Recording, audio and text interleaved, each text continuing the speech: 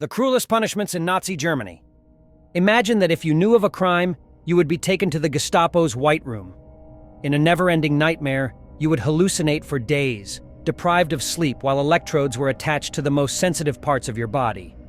If you showed resistance, you would undergo a mock execution, taken to a wall where rifles would be aimed at you.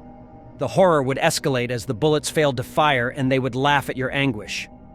Betraying the government could lead to the guillotine, where you would have the macabre sight of your body, now headless. If you were a prisoner, Nazi experiments would be your fate. You would be subjected to diseases, hypothermia, and injuries, all part of brutal war simulations.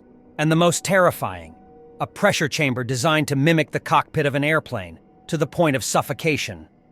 If you happen to be a genius, Mengele might stitch you together with your brother in an attempt to create Siamese geniuses. The Angel of Death would also dye your eyes with colorants, turning you into one of his collectibles. If you fell into the hands of Gree, Mengele's lover, you would be forced to participate in long-lasting experiments, while a prisoner deemed expendable would face the cruel gas chamber.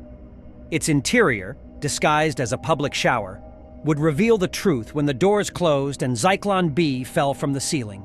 In just 20 minutes, no one would remain.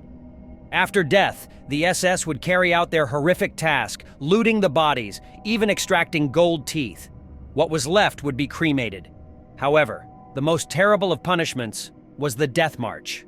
If the Allies were nearing the liberation of the concentration camp, you would be forced to walk 200 kilometers through the snow alongside other prisoners.